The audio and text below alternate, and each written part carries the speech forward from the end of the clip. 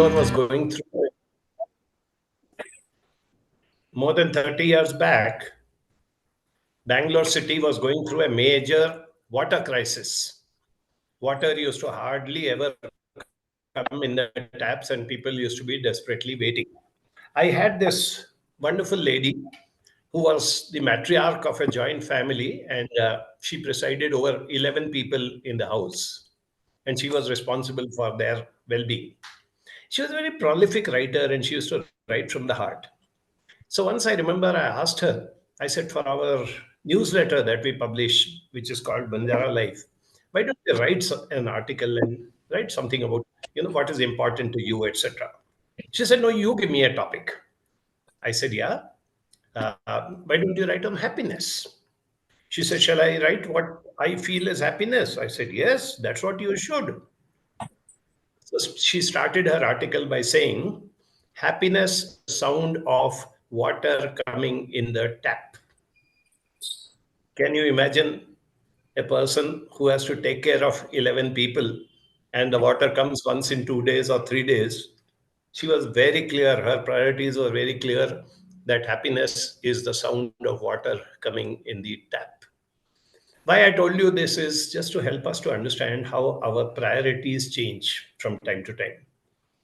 Probably now she is no more, of course, but probably now, if she, when water is plentifully available, if you were to say that, does the sound of water in the tap make you happy? She said, no, I mean, what's so great about it, isn't it? Okay. Then the other important thing, as was told to you also now, happiness has to come from within, right? There was another very interesting incident. A gentleman who had worked very hard finally came up the ranks, and one fine day, he was appointed the CEO of his company, the ultimate, the top position. And it was a great occasion. Everybody who knew him, everybody in the organization was very happy. They were all celebrating, and they decided to have a dinner party. And they invited, obviously, him and his wife and the whole staff, dozens and dozens and dozens of all the executives of the company were there.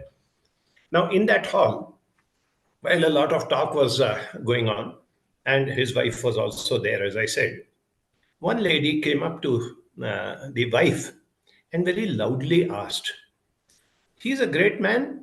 He has done so much. He has achieved so much. He has done so much for the organization. But does he make you happy? She asked so loudly that so many people around could hear. And there was a stunned silence. All conversation ceased. They all wanted to know what she will reply. And you know what she said? No. My God. Here is this man celebrating 30 years of his hard work, and he has come to this, and his wife is saying, he doesn't make me happy. And they were all staring at him. She said, no, he does not make me happy. I choose to be happy. He's an excellent husband. He's been a wonderful partner. He has done everything. He has always stood by me. He has been excellent as far as I am concerned. There are 100 things about him which are good, which I can reel out, but he does not make me happy. Nobody in this world makes me happy. When I choose to be happy, I am happy, regardless of who is nice to me and who is not. Now, that I think should be our fundamental understanding. As long as we are dependent on somebody else, believe me, we will never ever get that true happiness, the happiness which goes into your very being and makes you feel fulfilled, satisfied. In fact, let me also clarify to you that you know how the English language is. There are so many antonyms and synonyms and so many words which are very close to each other. Many of you may remember your good old days in school when you had this wonderful, book which was supposed to be very sacrosanct. I'm not talking about the Bible. I'm talking about Wren and Martin. Wren and Martin decided that PUT is put and BUT is but. If we dared to ask our teacher, why can't BUT be but and PUT be put, he would give me a put and he would put me out of the class. Because Ren and Martin said so, you had to listen to it, right? Okay, so all these words and this and that, which are such a beautiful and an expansive language. You have words like joy, you have excitement, you have thrill. Now, those are not happiness, according to me. At the same time, there are words which do not really sound like happiness: satisfaction, fulfillment, serenity. I think those come much closer to happiness than what we normally think of. See, it is very easy to feel a thrill or a joy or a pleasure when something good happens to you. Somebody gives you an unexpected gift, somebody whom you were not expecting, somebody whom you love very much, and that person's, without informing, turns up to give you a surprise. We normally say, oh, I became very happy, but that's not true. What you did get was that excitement or the pleasure or the thrill of this person turning up at that time or giving you a gift or whatever it is. So, as you know, these things like joy, pleasure, thrills, excitement, they're very momentary. Whereas I believe true happiness is something which, as I said, seeps into your very well, your very being. And neither can it come by one incident or one joy or one exciting thing, nor can it be taken away by anybody else so easily. And that is the happiness that we should understand. Okay, I said that happiness comes from within, it doesn't come from anybody's actions. Like that lady said, my husband doesn't make me happy. He does very good things for me. I'm very happy. I love him immensely. But happiness is mine, not because of him, not because of anybody else. You may have heard this proverb which says, happiness is like a butterfly. You chase it and it flies away. You grow flowers for it, it comes and sits on your shoulder.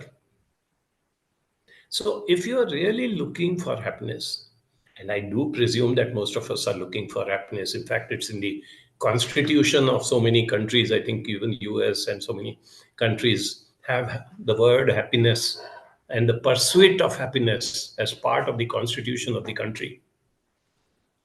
Some of you may also be aware that our tiny neighbor in the north, the country called Bhutan, does not measure its progress by the gross national product, GNP, which most other countries do.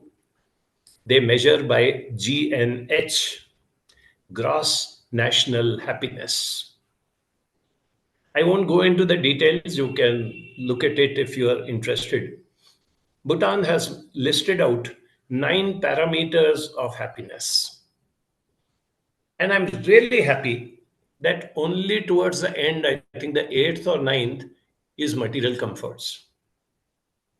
All the others, if you are interested, you explore and see. It's such a wonderful thing that they've done. And they actually measure GNH year after year to see whether our people are happier than what they were before. Wonderful. If an entire country can aim towards the well being of people, the fulfillment, satisfaction of people, leading to happiness, nothing like it. But of course, that's one flash in the pan. As I said, most countries look at only the gross national product and they say, how much are you earning? What is your economy? Have you got more wealth than you had earlier? And they presume that that is what makes a country fulfilling and people happier. But it doesn't. We are all aware of it. We know that people in some of the very poor countries remain happy, and people in some of the richest countries, if you really look at it in depth, they are not very happy. So let's do a little bit of understanding on this whole concept of what happiness is. I give a lot of significance to inner peace. I believe that if there is peace within you, then that is a very strong foundation or a pillar which takes you towards happiness. If you are not at peace within yourself, if you are confused, if you are jealous, if you are prone to, say, depression, if you feel uneasy about whatever life is treating you with, then you do not have that inner peace which gives you, which leads to happiness. The same thing applies about fulfillment. See, there are some people who are always craving for what they don't have, whereas there are people who are enjoying what they have. What's the difference between these two? They're in the same place. Take wealth, for example. If there's a person who has got 100 crores wealth and he wins a lottery of 1 crore, do you think he's going to be happy? 100 leads to 101, makes no difference to him. But think of a poor man who struggles the whole day to earn 500 rupees or 1000 rupees. Even if he wins a lottery of 1 lakh, oh my God, imagine the joy, imagine the thrill, imagine the excitement that in one shot he has got 1 lakh of rupees, which is equivalent to perhaps 3 4 months of his income. Yet, if you were to take the trouble of monitoring what happens to him 1 month, 2 months, 3 months down the line, you will find he's not happy. Because that initial excitement of getting that 1 lakh of rupees meant so much to him that he was thrilled. But what was he thrilled about?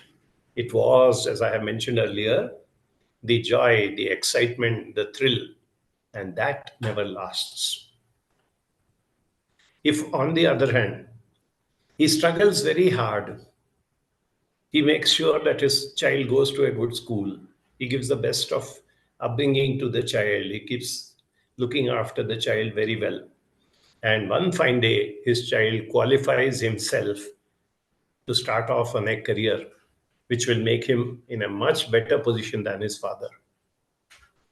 The father has not gained anything, but the father can be immensely happy, and that happiness can continue to remain. The other day, there was a news report about a police constable's daughter who became a police officer. And the first day when she took charge and when she came to the office, the first person who came to meet her was her father in full uniform, came and saluted her. Afterwards, people asked him that, don't you feel awkward? After all, she's your daughter. You have, served the police department for 30 years and you've gone from constable to head constable or whatever it is. And this girl is starting off above your rank as an officer. He said, no, I am extremely happy. I know that my legacy is going forward. I know that my hard work, my daughter looked up at me, regardless of what rank I held. But my daughter looked up at me, was inspired by me, and got better opportunities, studied better, competed better. And today she's starting off as an officer, and from here she will go up to whatever levels. So, in my old age, I'm going to sit back. After I retire, my legacy will go on. I will see that this is what my daughter is doing. I don't want her to do any favors to me because she is my boss or because she is an officer or whatever it is. It doesn't matter to me. I've led 30 years of my life without taking anybody's favors. I'll finish off the next few years and I'll go back. Now, can we have that type of approach or that type of attitude? Contrast that with people who have this great desire. My child should go only to IIT, or my child should only crack the NEET and become a doctor. What happens? They spend money, they get coaching, they do this, they do that. They stress out the child whether he's interested or not. And one fine day, the child gives the exam and does not qualify. the parent's dreams are shattered because he had set certain goals which were not very realistic. He had thought that if I pay for this very expensive coaching and ensure that my child gets selected in a very, very competitive exam, then I am going to be very happy and I'm going to be thrilled. In fact, by chance, even if the child had succeeded, let me tell you, it is not very likely that the parent is going to be very happy with what happens in the next few years. Now, there's another aspect of happiness, which you have heard not now, but years and decades ago when you were a small child. You may recall that your elders read out fairy tales to you, bedtime stories. And many of these bedtime stories started off with once upon a time there was a prince, the most handsome person in the whole world. And once upon a time, there was a princess, the most beautiful girl in the whole world. Not second most, huh? The most handsome and the most beautiful. And they meet. See the providence. They don't meet somebody who's the second most handsome or the fifth most beautiful. They meet the most handsome and the most beautiful meet. And before you know it, the king, that is the princess's father, tells this prince, "You want the hand of my daughter? Go across the seven seas, brave the storms, go to an island which is full of jungle with wild animals, overcome that, climb onto the top of the hill. There will be a witch who will be guarding a parrot in a golden cage. Get that parrot for me, and then I will allow you to marry my daughter." And the story goes on and on and on. The prince overcomes all the difficulties and finally gets that parrot and gives it to the king. Now, don't ask me why the king wanted to, you know, barter his daughter for the sake of a parrot. Maybe he likes parrots more than he likes daughters. But anyway, that was his thing. The prince did go ahead and get the parrot. And then, if you recall, on the last page, in the last paragraph, and the last sentence said, "And the prince and princess married and," yes, even though you're on mute, I can hear the answer, "lived happily ever." Happily ever after. Yes. Now that has been ingrained to us from babyhood and childhood, that there is this concept of living happily ever after, not just in marriage. I told you, people think you get into IIT or you crack that NEET exam and you will live happily ever after. Is it possible? Aren't we chasing a dream which has no significance to it? So let us be a little more realistic. There is happiness. There's a lot of happiness in this world, I tell you. But the happiness lies in the smallest of things. Those who can actually experience happiness from things which are not material, to start with that. They do not measure their happiness by material wealth. When I have a big house of my own, I will be happy. When I get this promotion, I will be happy. When I have, when I get the most beautiful girl and marry her, I will be happy. Those are people who, as we said in the beginning, are looking for external, ways and means for happiness. And that happiness is like the butterfly who will keep flying away from them. So, what is it that we need to, look into? We need to look into the small joys, pleasure, satisfaction, fulfillment of life. If you are the type of person, in fact, there's a very small proverb which I keep quoting to people. Don't be so busy that you don't have time to stop and smell the flowers. If you are going past some nice, lovely flowers, do you have the time and inclination to slow down, stop, look at those flowers closely, enjoy their sight, maybe smell them, and then proceed on your journey? Now, those who cannot do it, those who say, yeah, lovely flowers, but I'm in a hurry. I have a meeting, I have a commitment. I have to reach somewhere. If I don't reach there, then I will lose out so much. Those are the type of people who are chasing a mirage. There is more happiness in those flowers than there is in that meeting or that, you know, whatever the contract that you are going to get or the money that you are going to get or whatever it is. So, can we make an effort to start looking where I can generate inner happiness by very, very, very small things? Last week, I have this weekly, webinar. It's open to everybody on Facebook. Every Saturday from 2 to 3 p.m. We have this webinar. And what happens is that when last Saturday, I was in our Manthan camp. So I picked up on the topic, make friends with plants. And I did a lot of exploration. I won't call it research, but a lot of exploration. It is a fact that plants can think. It is a fact that plants emote. They have feelings. It is a fact that plants even respond in terms of action. Two simple examples I'll give you. You've all seen the sunflower. As the sun rises in the east, there may be 200 sunflower plants. All 200 sunflowers turn towards the sun.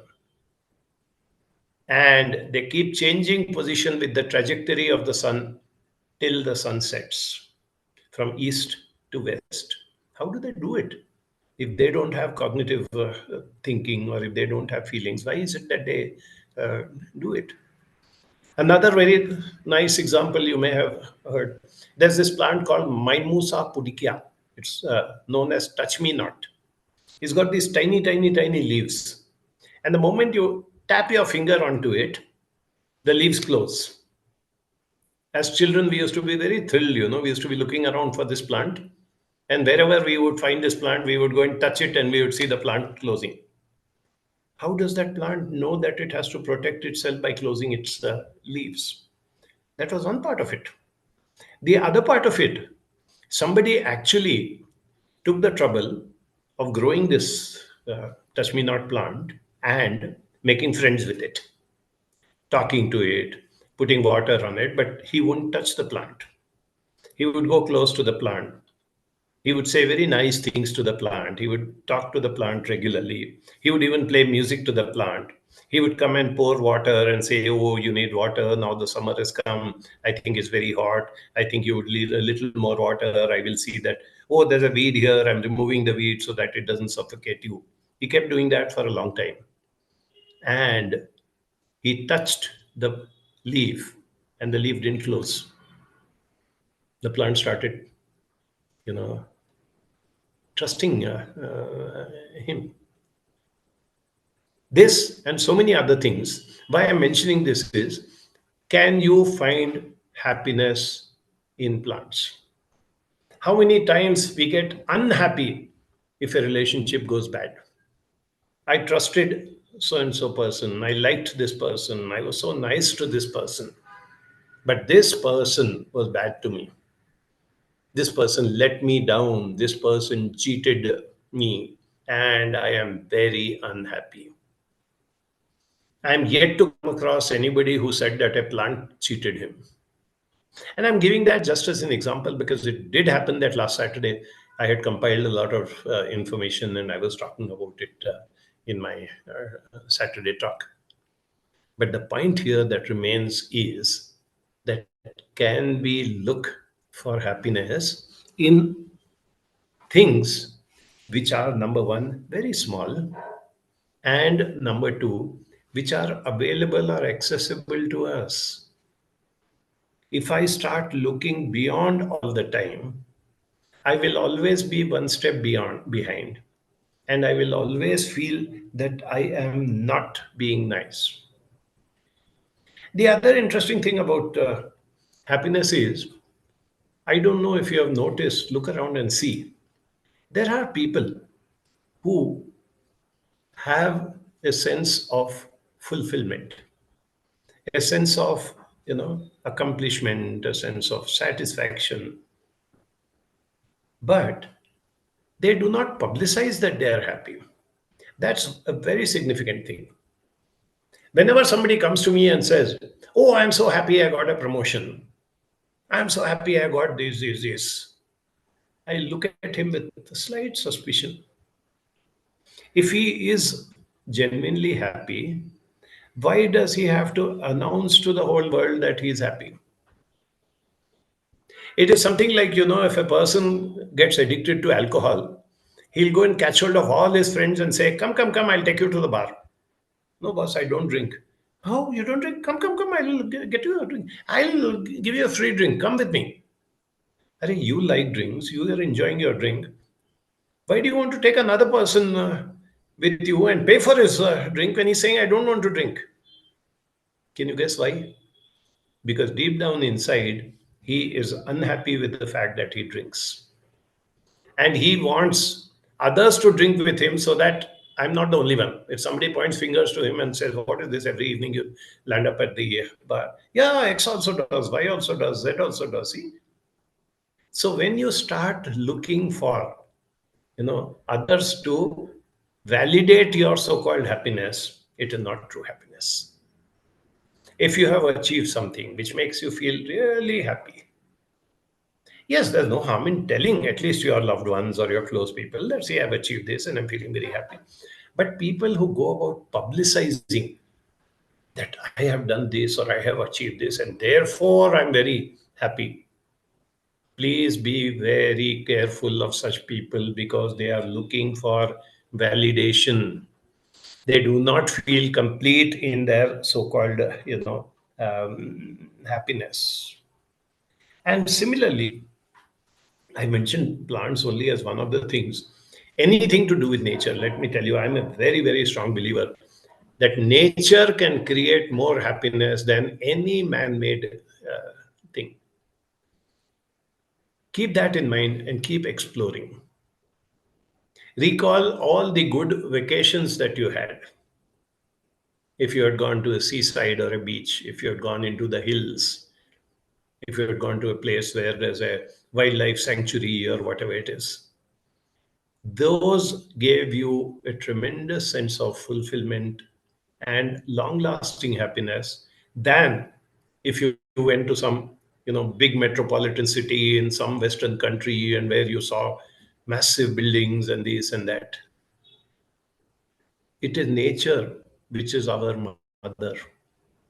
It is nature that teaches us 100 different things, and it is nature which nurtures us if we are willing to be nurtured.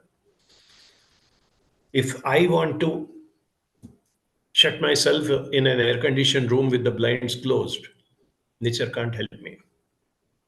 But if I am willing to step out, including facing the hot sun, summer has started.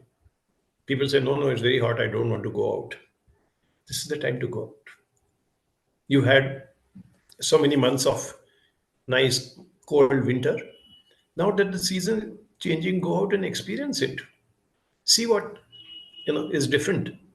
See how the colors change. See how the landscape changes. And that gives you a sense of fulfillment and happiness, which you will not get by seeing a big building or seeing a mall or something which is very, very fantastic. Unfortunately, we seem to be moving in the other direction. We seem to be going away from nature. Okay, let me also ask you a very simple, question. What do you think is the opposite of happiness? Understand that we have taken a very major step towards becoming happy.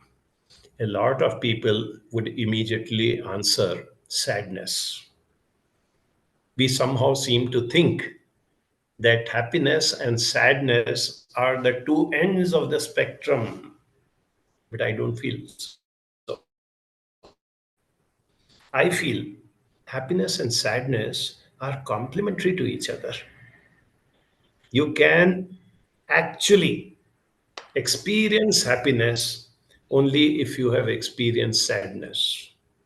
Like I gave the example of a poor man who wins a lottery. He has been sad, he's been struggling. He works the whole day and barely manages to earn 500 rupees to take care of his uh, family. And then when he wins that lottery of just 1 lakh, not a crore, how thrilled he feels. So it was the deprivation of money which made him appreciate money. Anything that we don't have. That's the reason why I started off with saying that example that I gave of the lady who said, to me, happiness is the sound of water in the well. Yes, Saraswati says disappointment. You're coming close to the answer. Disappointment. Yes, Nan Kumar has given the answer which I believe in. Indifference. Emptiness, I would put it in a better manner. When you feel bereft of any emotion. Happiness is a very, very positive emotion. And like I said, it's a lasting emotion compared to joy and excitement and thrill and whatever it is. So when you are, you know, the emotion starts slowly seeping and going down and down and down, you come to a point where you feel empty. You don't feel sad and you don't feel happy also. It makes no difference to you. You will come across people who say, it doesn't matter to me. It doesn't matter whether I succeed or fail. It doesn't matter whether I earn or not. It doesn't matter whether my health is good or not. Whenever such a thing happens, that is when your happiness has been completely lost. So please guard yourself against that thing of emptiness, indifference, going blank in your emotions. That's the worst thing that can happen to you. The contrast of it, since I was mentioning how people can get happiness by the most, smallest of things, I will never forget him in my life. When I had moved into drive into Queens Road, the stretch between Yelahanka and Queens Road was almost empty. The city used to start only after Makery Circle. So it was like going through an empty road, a highway or a whatever, a rural road. I used to drive in, enjoying myself, nice open spaces and this and that. Suddenly, one fine day, I saw a very handsome elderly gentleman with white hair standing in the middle of nowhere. And I looked closely and I recognized that he seems to be a Parsi. You see, Parsis are a race apart and they have very distinctive features. And since I've lived most of my life in Bombay, I can spot a Parsi very easily.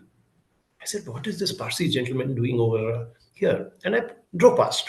Second day, I saw him standing at the same spot. I said, "Why is he standing here in the middle of nowhere?" The third day, I couldn't resist and I stopped. And I said, "Can I give you a lift?" I had to make conversation. So I said, "Can I give you a lift?" He said, "Why do you want to give me a lift?" I said, "Because I'm curious. I want to get to know you." And he laughed and he said, "Okay." He got in. I asked him his name. He said, "My name is Kusro." I asked him, "What are you doing here?" He said, "You haven't noticed? I was standing outside the gate of what we call as the Parsi Tower of Silence. The Tower of Silence is a place where, when Parsis die, they take the dead body and put them in that Tower of Silence. That is the last rites of the Parsis. according to their faith. I said, that is the Tower of Silence where people, dead bodies are kept. What are you doing there? He said, there's a room inside that which was empty. Nobody was using it. So I thought I'll come and stay here. And he said, when I die, it will be easy for people to just shift me from there into the tower. They won't have to bring my body all the way from the city. So I'm making it easier for people. I said, oh, how old are you? He said, you'll never have a problem remembering my age. What year is it? It was 1991. He said, that's my age. I was born in the year 1900. So, whichever year it is, that's my age. And the beauty of it, one of the reasons why I recollect him so fondly is he had such a curious mind. Those were the days you'll recollect when computers had just started coming in, and we got a computer in my office. And Khusro was so thrilled. He would come and stand behind that computer operator and ask 100 questions how this computer works. He would sometimes come to my office at lunchtime and he would go looking at everybody's lunch tiffin box. He wouldn't ask for food, but he would ask, what is it that you are eating? How is this dish made? How do you relish that? Oh, you belong to this culture, so therefore you eat this. Anything and everything, he was so curious. He was almost not like a 91 or 92-year old, but like a 5-year or a 9-year old child. You know how the type of childlike curiosity that they have. And he lived right up to the last day like that. One fine day, I stopped, looked around, he was not there. I thought maybe he's gone off somewhere, he's busy. Next day, when I found that he's not there, I stopped. I called out to the watchman of that Tower of Silence. I said, where is Khusro? He says, he's on top of the uh, Tower of Silence. He came, went to sleep, didn't wake up in the morning. Now, would anybody look at him and say that he was a happy person? I would. Because he had learned how to get the joys of everything. There is nobody. But he didn't lament that. He never thought of things as, see, I don't have anybody, I'm so old, nobody cares for me, I have to live alone over here, and things like that. Can we come to that stage? And another very, very important, thing is dependency on close people. As age advances, some of us tend to become dependent. I want my child to live with me, not live separately. I am very fond of my grandchild. I want to see my grandchild every day. I want to spend time with my grandchild. And when that does not happen, I feel miserable. Things, if you start getting too attached to your loved ones, happiness will elude you. Yes, love them, cherish them, nurture them. Whenever possible, spend quality time with them. But don't be emotionally dependent on them. I come across so many elders who unfortunately do not allow themselves to be happy and fulfilled just because my child is not with me, my grandchild is not with me, my spouse is not with me. You cannot, as I told you right in the beginning, base your happiness on people.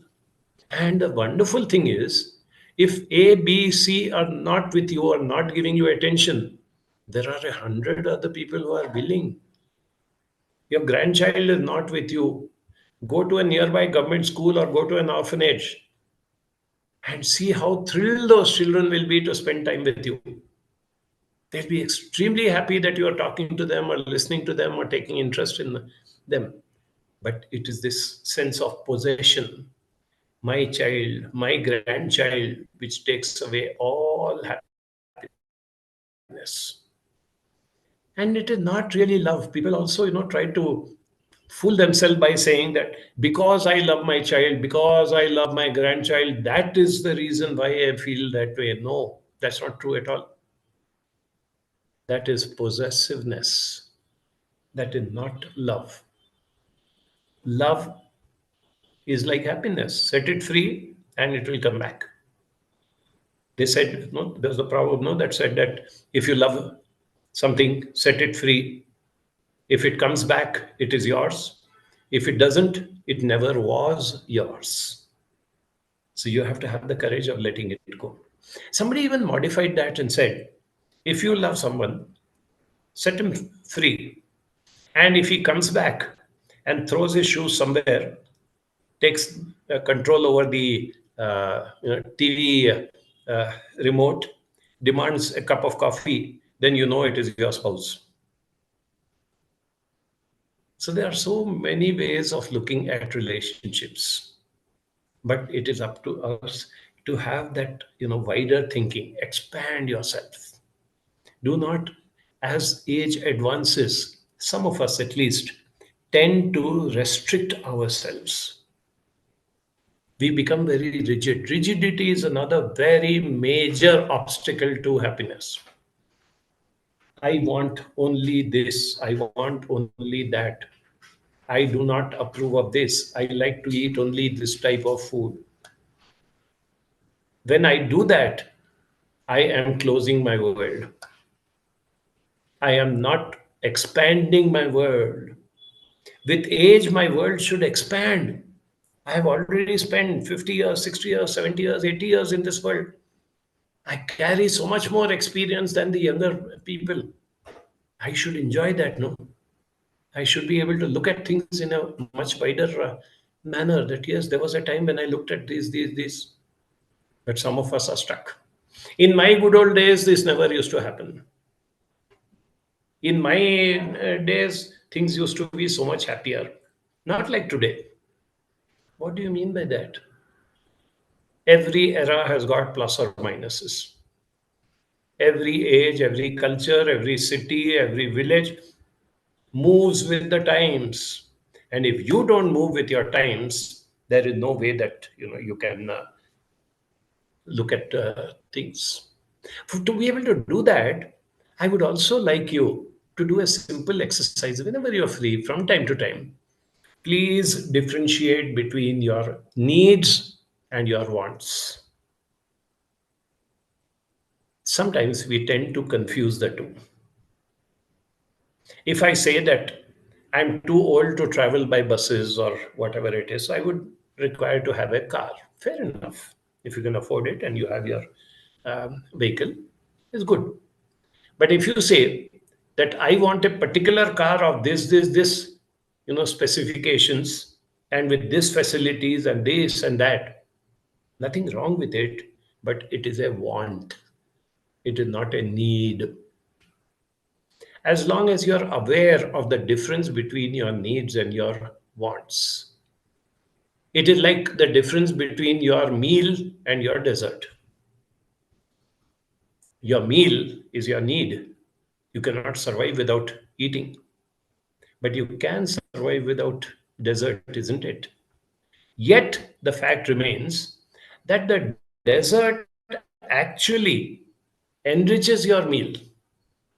You feel so much more fulfilled at the end of the meal because you got to have the dessert. And those who have blood sugar problems and are deprived of desserts by your family, tell them that what was that old Hindi proverb? Zindagi badi honi chahiye, lambi nahi. Enjoy every day, even if you are the type of person who enjoys your dessert. But don't confuse between your needs and wants. That's the only thing that I would like you to do as a simple little exercise.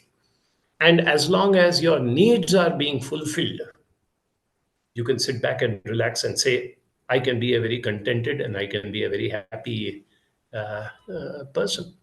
But if I start confusing my needs with my wants, if I say I want what I want becomes important to me, then I will never ever be